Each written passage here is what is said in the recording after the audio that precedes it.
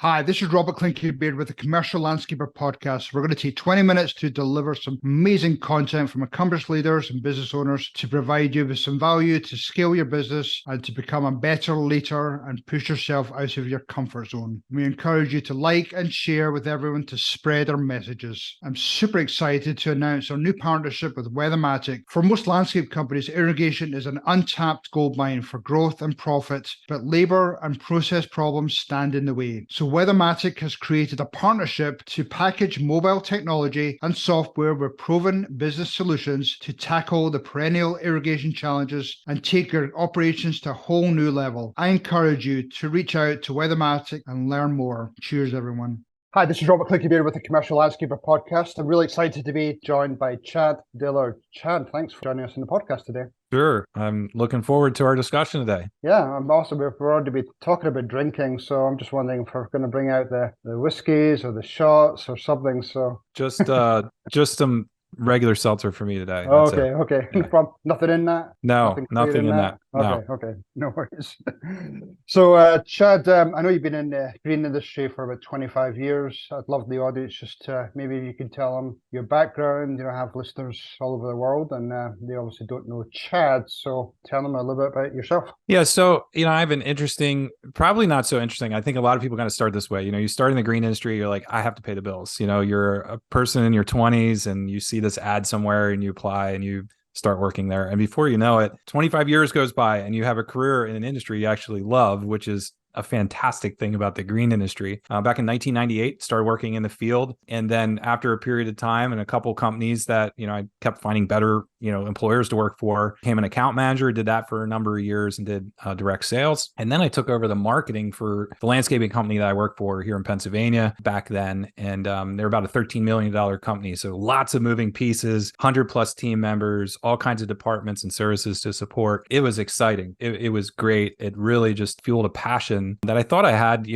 especially just for sales, but more so for marketing, for creating those sales opportunities. About 7 years ago, I came here to work at Landscape Leadership. So we are a sales and marketing agency that specializes only in the lawn and landscape industry. And through that experience, I've got to know some just incredible business owners. I know, Robert, you and I have some mutual clients. You had Bill and Doug from Level Green on the podcast a little while ago. Great guys.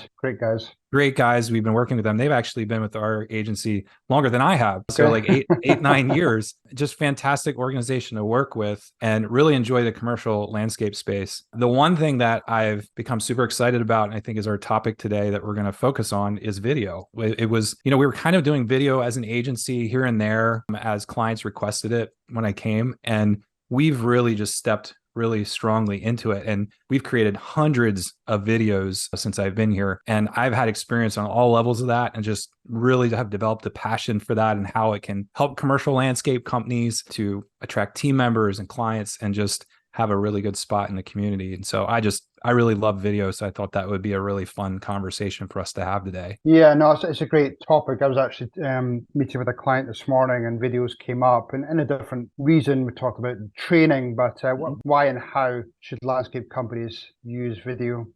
I think that a lot of times people, they feel like this is the necessary step. We should be doing video because they see their competitors doing video. And I always like to help people okay, let's pull it back a little bit because you shouldn't do video. It's expensive, right? Compared to a lot of other type of marketing, video is expensive and you shouldn't do it unless you have a big problem or several problems that you're trying to solve. And that's where you start with video. It's not like we need a company video. No, what are your specific problems? From company to company, they can be similar problems. Like you want to personalize your brand. So say maybe you're a multi-branch operation that you're starting to look like a larger regional company and you don't want to come across not having that local town feel and personalized service. So video creates an opportunity for you to personalize it and put faces of the people that work there and the types of people you work for in your videos. It also, depending upon how your messaging is laid out in your videos, gives you a chance to really not be just another landscaper. You can have a very specific tone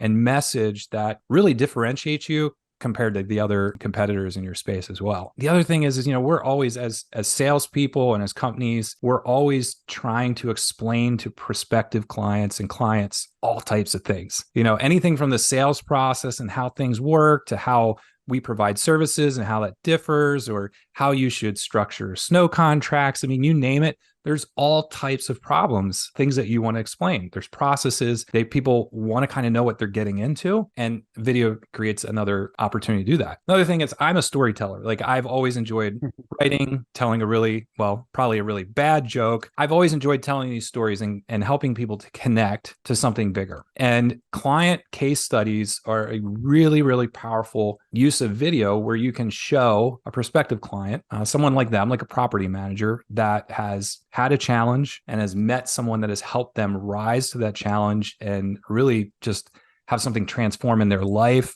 in their profession, on their property. And case studies are another problem that you can solve, like to actually paint that picture for a prospective client. And then the last thing, everybody has this problem, recruiting people.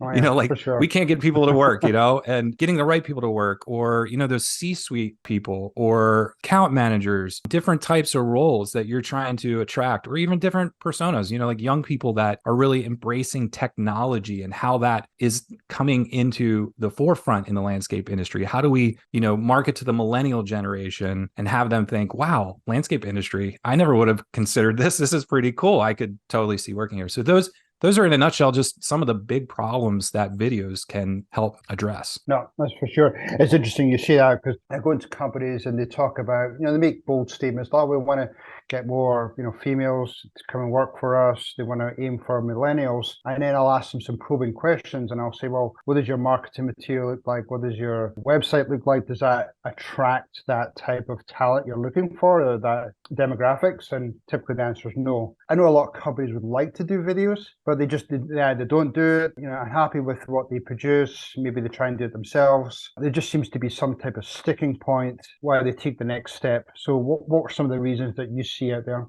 Video is really complex. I think sometimes people oversimplify it and they don't have really a good strategy to begin with. They're kind of like, I always tell people, I say this phrase over and over, the worst recipe you have for disaster is just show up, shoot a bunch of stuff, and we'll throw it together, put a couple slow motion shots and some warm fuzzy music in the background. Well, if you do that, that's a recipe for mediocrity. So they oversimplify the process, the vision for the actual video, storyboarding it, scripting, whatever. And then they also oversimplify it, like they don't realize all the details that go into, we need to make sure this place looks great, these people are in the right place, we have to manage the time when we're on the location to make sure we're getting all the things, we have a checklist of everything we're getting, because they oversimplify it and they think, oh, we'll just get some drone footage and whatever, and it'll look fantastic. All those crucial details, missing those are really, really important. And even when we plan all the details, things go wrong.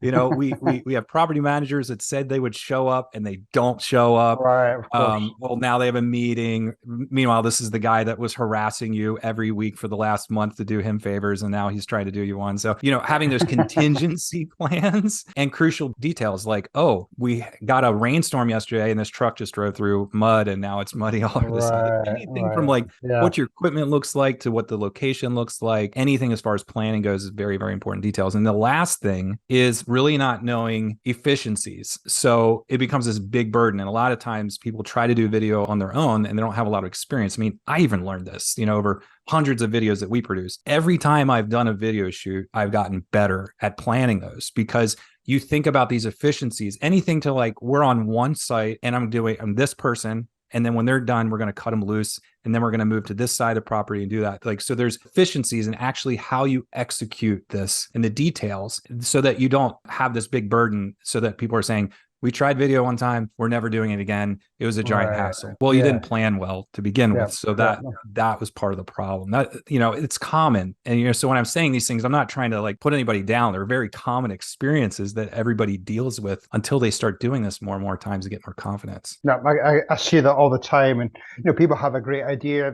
Maybe they've seen some videos on social media. They think, oh, I can do that. I can be funny. But when it actually comes to the execution piece, then, they fail miserably. easily. So I think you're entirely right with the planning. If a company's listening to this podcast right now and they think, oh, I need to do that. I see the industry moving that way, the trend towards using more videos, but I don't know how to execute. I don't know how to start that process. What would you recommend to them? Well, it's like anything in your business. You have to start with strategy first. Like you can't just jump to the execution of things and, duplicate or mimic something and try to make that work. You have to go at that top level to the strategy. You have to define those why. You have to figure out what are the specific problems with each video and how are we going to solve that. And another thing, like a little footnote on this, is don't try to do too much with one video. Your company needs more than 1, 3, or 5 videos. It needs dozens of videos. And so maybe you do start with like a higher level one that kind of showcases things, but that way you don't end up with like a 7-minute mini documentary on something. Just try to boil down your strategy. What's this purpose of this video? And then, okay, we have other things we want to do, but that's for a later video. And really just kind of execute. All right, this year we're going to do these 3 videos. Next year, we're going to do these 3 or 4. Following year, we're going to really go crazy and do 10 different videos. They're going to be topical. We're going to dive into these different things. And that will help you to kind of like focus in an area. The next thing is determine the style. So you had said this funny is the hardest thing to pull off because it's always like, isn't it? It's always funny in our head. And then when we do it, like I do stuff for YouTube. I'm a little bit of a goofball sometimes and I'll show it to my wife and just watch her reaction. And she's like my biggest fan, but also my biggest like authentic critic.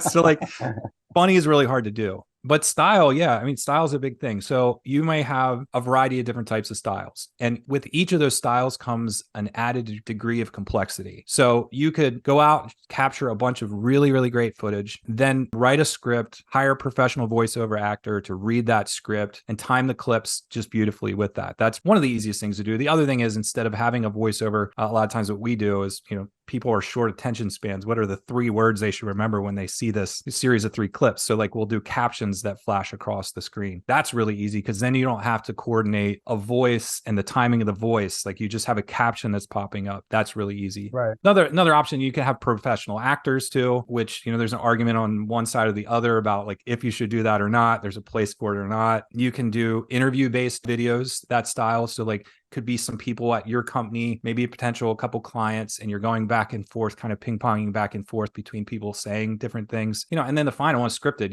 We've used teleprompters on a screen. I'm not a big fan of talking heads. Like I like to, you see them for a couple seconds and they're talking, and then it goes to the great footage. They're talking about, when we do this, and then they're actually showing them doing it. Right. And the nice thing with a teleprompter is you got about 3 or 4 seconds to look right into the screen and deliver your line. And then the rest, you can just basically be reading it with really good emphasis because you're not seeing them. So you have to understand that within your company's brand style, that there might be places where you don't like certain styles of video, or one will fit that purpose a little bit more. So you have to decide kind of what that style is for different videos. And then finally, last thing, I kind of keep coming back to this, is you have to have a really detailed plan. When I plan out a video, I know every single word and every single shot that we're going to capture. Now, there's a little bit of change and variation because, sometimes you don't get what you need, but we get enough of everything so that when we go to put it together, we have all kinds of things to choose from. So I can,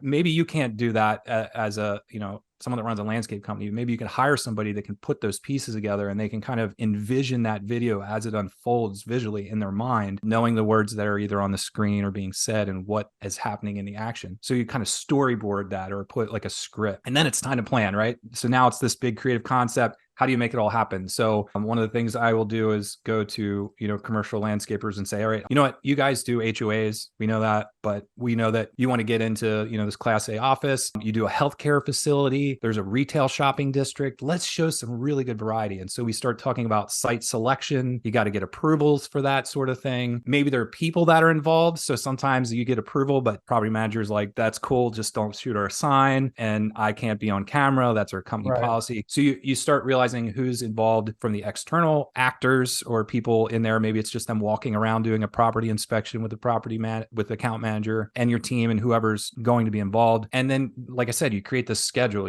so we're going to be at this property for the next 2 hours and 15 minutes. There's a 30-minute drive time to the next site. And when we're here for this 2 hours, this is the sequence. We're going to go over here. We're going to do this group of shots, then that group of shots, and leaving enough time. And that's, again, experience will teach you how long it really takes you to get get that stuff. So it's hard. Leading up to this shoot, you got this great plan together. You have to have a plan to make the place look great. You know, like I've been on locations that even the night before wrecked the location because there was a storm. It knocked leaves down all over the place. I can see that. But there are a lot of those things that you can proactively plan for, you know, like what's the mowing day? Oh, let's move it to this date because then it'll look a little bit fresher. It won't look like it needs to be mowed. And then when it all comes down and you have to go out there and do this, you have to have somebody there that's like really taking charge. Maybe you have a passion for this in your landscape company. It's probably pretty rare, but maybe you do. I sometimes, like on a first shoot for a client, will go out and kind of serve as a director, and if needed, bark orders.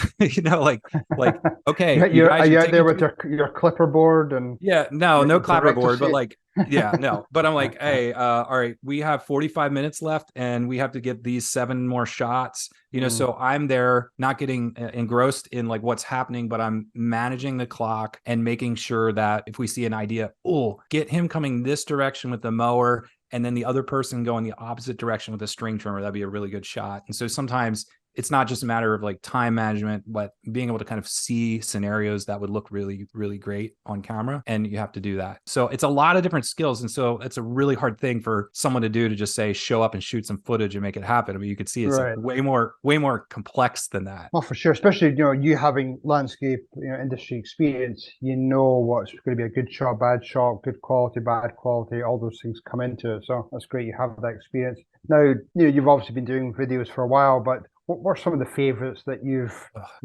stick in your memory? It's like trying to ones out there. It's like which one of your kids is the favorite? Like you just asked me like a very, very hard question. So I did come up with a couple of examples, and if you'd be so gracious, maybe at the end when you post this online, is I have a link to a YouTube playlist, and I have about 7 or 8 videos we shot just for commercial landscaping companies, or different styles, like I just said, different purposes, different problems we're trying to solve. So I started thinking about this. I thought, can I come up with 3 or 4 that I really, really liked? So I'll kind of tell the story a little bit behind each one. Turfscape is a location in the Cleveland area. Commercial landscaping, I have 2 locations up there. And George, who was the founder, who's now since retired and moved on, in his personal life, he did a lot of coaching. He was a baseball coach. And he took that mentality to his team. And some of the things you see on a team where they get in the huddle and they're calling the plays and they're talking about what's going to happen during the game or even pieces of the game. He developed this strategy at the beginning of every single day where they have a huddle out in the lot. So he talked about how it kind of tied into coaching. And so we had this definition that popped up in the beginning of the screen, and it kind of tied it into that sports theme of like aligning a team and making sure everybody knows what they're supposed to do. And then we interviewed different team members that talked about what the huddle means to them and how it helps them to define expectations, how they feel like they're part of a tight-knit family that's going to be there to support each other. All the things you would say of a sports team if you'd watch like a team video like on Monday Night Football. It was that kind of style. So that was really fun, and that was his idea that he brought to me. And sometimes that's, you just give me a bone, and that's all I need to really write out good questions. That's awesome. I love that. So that was cool. Another one that we did, this one was actually just this year, is for Level Green, our buddies at Level Green Landscaping. They had a client near Annapolis. It was a senior living center, really nice. So we got the property manager and as well as the account manager, and they talked about what residents really want. I knew this, but not until I heard it back in video, is, a lot of these people, like, we know retirement homes are not cheap, especially these high-end ones. And they moved there from a location where they probably have a landscape company, like really just like taking care of their place. And so when they move there, they have this level of expectation. And then they invite family to come visit them. And they want to be just as proud of the place they live now as where they lived before. And so there's an incredible amount of pride. The property manager also talked about how they have this special garden in this unit, this dementia unit. It's in a courtyard where they can get out in there. All the little details as far as like, what do we make sure the plants are not toxic, the plant selection, the safety features in that garden, all that, and how Level Green understood those and found out more and more information so that they could really address that need specifically for property. Brightview Senior Living, if you go to their website and look in their video gallery, great story. So I got 2 more. So the third one would be this. Katie Landscape. They're kind of in the southern Chicago suburbs, another client we work with. Kevin Manning's the owner. When you talk about a commercial landscape video or a brand video, you talk about results and all that stuff, but you have to really define what it means to be a partner, like what you're passionate about, what a client and a partner means to you. And the words that he says in the script, seeing him in action out on properties, the company owner with commercial property managers or superintendents, just really, really powerful. And another thing I really liked is he talked about the impact that the spaces they create have on the community. We're getting footage of like little league fields and all these That's like, awesome. these, I love you're that. pulling on the heartstrings there a little bit. And the footage matches what they're saying, like just beautifully. And then the last one, I'm sure most people know of this company, little one called Yellowstone Landscape. Just a small big company. Yeah, we worked with them for a few years and developed some videos with them, and now they have their own internal video team. That was the goal, was them to kind of take all this marketing in-house and kind of do this internally. And we did all kinds of videos for them. Like, I love some of the videos that we've done, anything from really unique property types to all kinds of recruiting assets too. And the one idea that Joseph, the head of marketing, had for me was, he said, you know what, we want to show people, especially like the Hispanic worker, what is it like to become a new team member? What's the experience like from the time you find an ad, call on the phone, fill out the application, meet the crew, go out, get trained, have the pride, or on your own. And so we created a video that did that. And then there's also all these lingering questions that we all know that prospective team members have about, like, well, what happens? Will I have this, or will I have that? Or, how are you going to support me in this way? And so it was really a great script that we wrote about how we answer those questions, the main things that people are probably thinking that really aren't anywhere on the website.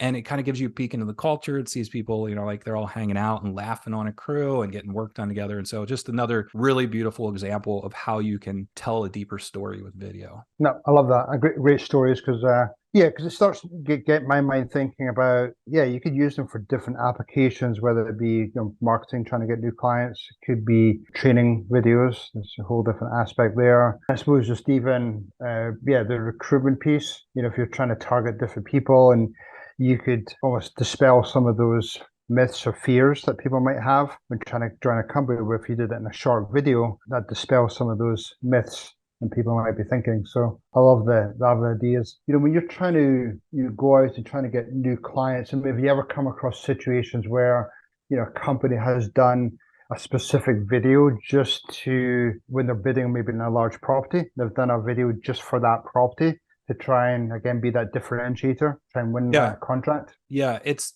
one of those difficult things. It's like chicken or egg. You got to have the property to shoot it, to like present it. So you have to get really creative, and it's hard. Like if you don't have that property type, that's a conversation we talk about a lot. We want more retail properties. All right, well, do you have a retail property? Well, no. So then that gets a little hard. But if you have the property and you want more of it, that's way more easy. So Turfscape, I gave that one example, and they have several colleges and private schools that they work on. And that's like one of their niches that they are really great at. And so we've done a number of case studies on those types of properties. Well, you got students. I mean, that's something very different than like a retail space or a commercial warehouse. We're not getting the students in the video, getting footage of them. That's a whole other ball wax.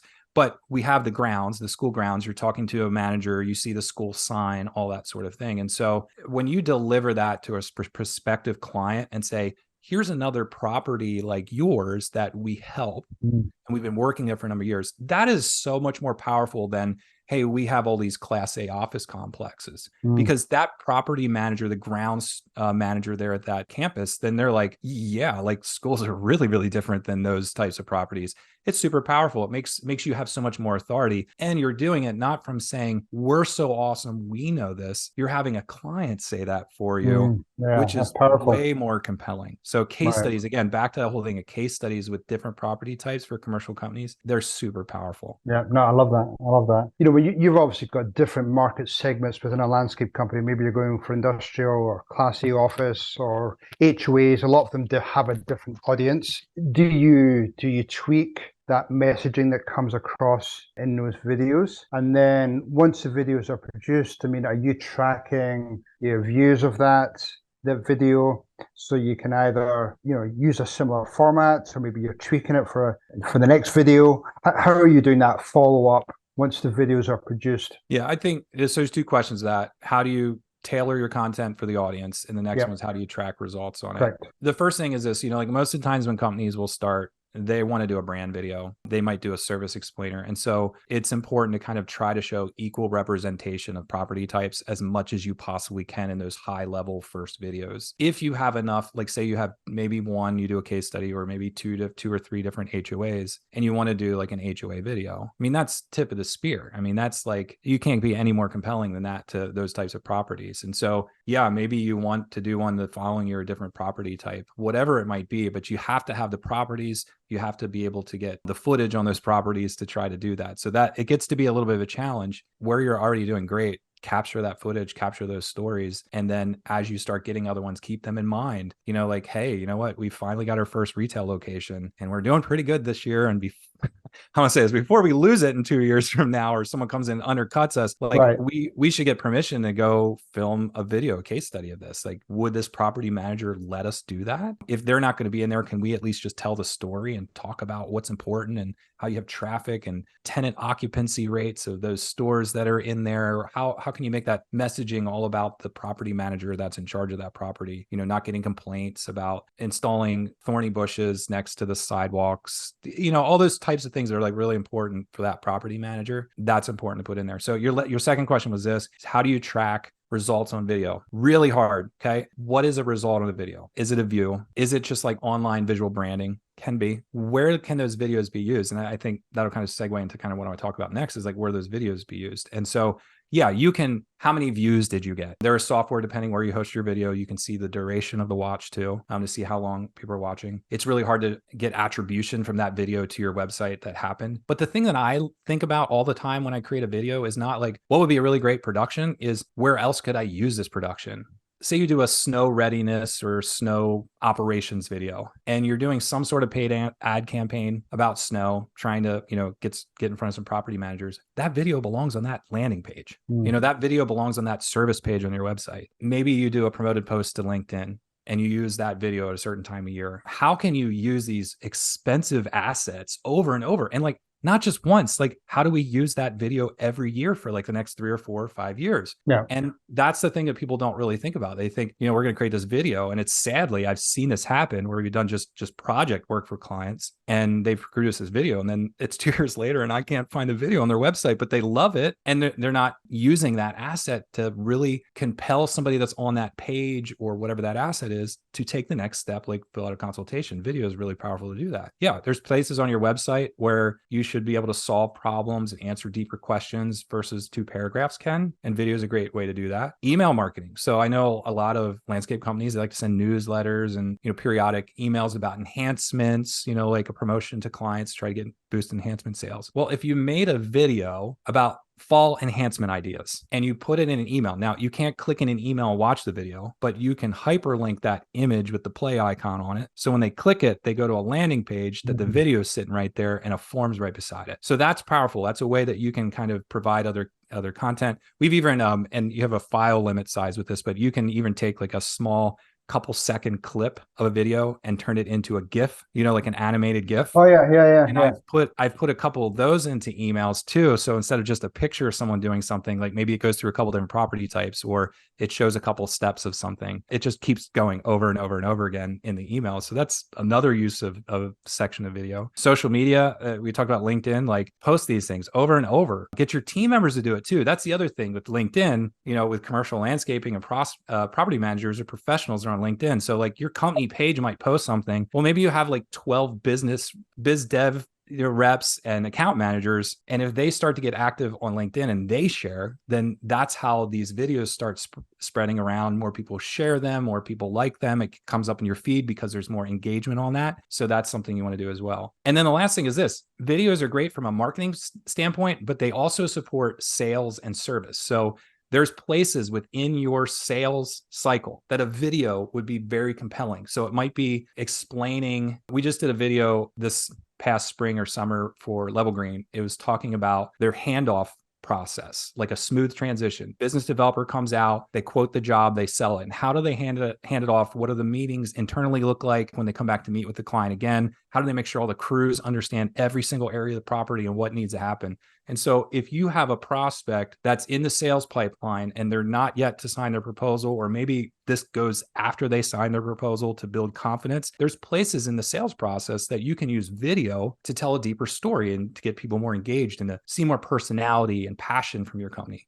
Same thing with service. So if there's a service process explaining like what comes next after a visit, or how to use your client portal to manage their account, or what happens when you have a question, who do you go to? Like, who do I call for this? Who do I call for that? There are all types of videos that you can create to provide a better service experience too. So, the opportunities are really endless if you really think about how you can harness the power of video and where you can use them for your landscape company. No, I love that. And I agree 100%. I'm always trying to push people to use videos for multiple different applications. So you did a great job today of explaining it. If people wanted to try and find you, learn a little bit more about the process, understand things a little bit better, because one of the things that struck me earlier when you were explaining, the preparation, the strategy, being out on site, directing people, I certainly started thinking, well, there's some dollar signs there. And I'm sure, other of my audience felt the same way, but you actually made a really important point that if you can continue to do those videos for multiple years, then that investment obviously makes it a little bit more palatable. If it's 4 or 5 years. So, do you get that type of feedback from some of your clients?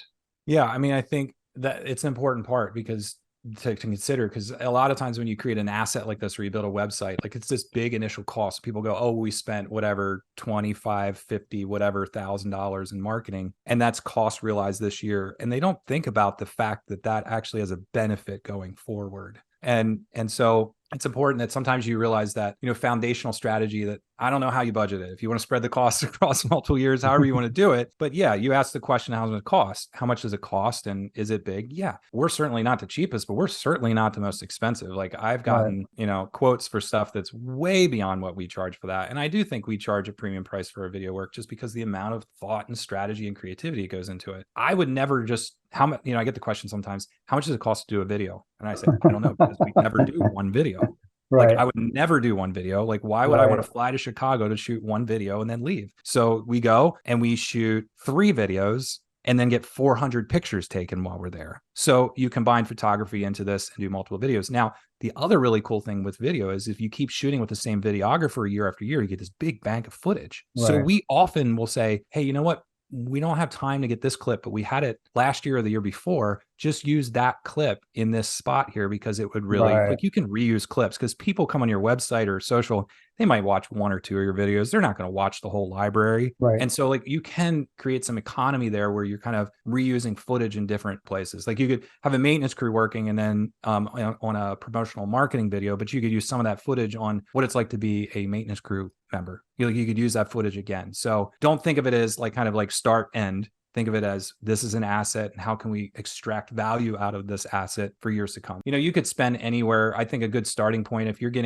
trying to do 3 videos and images and you're getting a price for under 20 grand, I would doubt how much planning and process goes into that and the production value that comes out of it. I'm not saying you can't get a good production for less than that, but if it's 50, you might want to get some other quotes too. Like that might be a little too much. You have to consider the value, look at other productions that people have created and make sure that they understand like all the proactivity and the planning that goes into the process. Because if they don't charge for it, you might pay for it because you might have to do it. Sometimes that's worth paying to have somebody there that's going to or even at least behind the scenes, that's going to really pave the road to success for you to make sure this stuff happens in a way that doesn't make you have a nervous breakdown. Yeah, and it's done right. So no, I love how you term it an asset. I think that just sums it up really nicely. Chad, how can people get hold of you? What's the best way for them to get hold of you? Maybe learn more about the process, maybe engage you. It's been super informative today. Sure. Well, I would just say, just search for me, Chad Diller on LinkedIn. You will find me. And I post a ton of client videos. It's like one of my favorite things to share because I put so much work into these productions and planning this.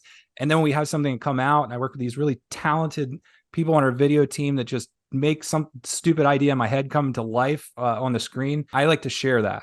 And I like to say when I share those videos, I like to share what's a unique thing about it, that why we created that way. So follow me on LinkedIn. I post videos there. If you just want to look at videos, you can go search for me on YouTube too. And I actually have a YouTube channel. And if you look at my playlist, I actually made a playlist for this podcast that says commercial landscaping videos that just shows you those examples exclusively. If you want to look at more examples, there is one that says video productions for clients. It has lawn care, tree companies, residential design build there as well. And then of course, if you really are just engrossed in this whole idea of video production, I've written a lot of really detailed articles on landscapeleadership.com on our website, where I've given different styles of videos, case studies into doing a whole entire shoot, behind the scenes videos, all types of things that we get into with video production. So check that stuff out. You'll probably be entertained for hours. Hopefully you will be. And Okay, cool. if you have any questions, just reach out to me like on LinkedIn and ask me a question. I'm happy to answer. Awesome. Chad, thank you very much. You've been very insightful today. I really appreciate your time, and hopefully the audience enjoy your takeaways. Awesome. Thanks, Robert. Appreciate Okay, your time thanks, too. Chad. Take care. Thank you. Bye. Cheers. Hopefully that was pure dead brilliant to you and you got some great takeaways for your business or your leadership role. This is Robert Clinkybeard, and I'd love to get you and your friends to join us in a future journey. So please subscribe to the various podcast channels or visit thecommerciallandscaper.com or wilson360.com. Big thank you again to our partner Weathermatic, and I really encourage you to reach out to them and see about irrigation solutions or partnership with them. Hopefully you have a pure dead brilliant day. Cheers, everyone.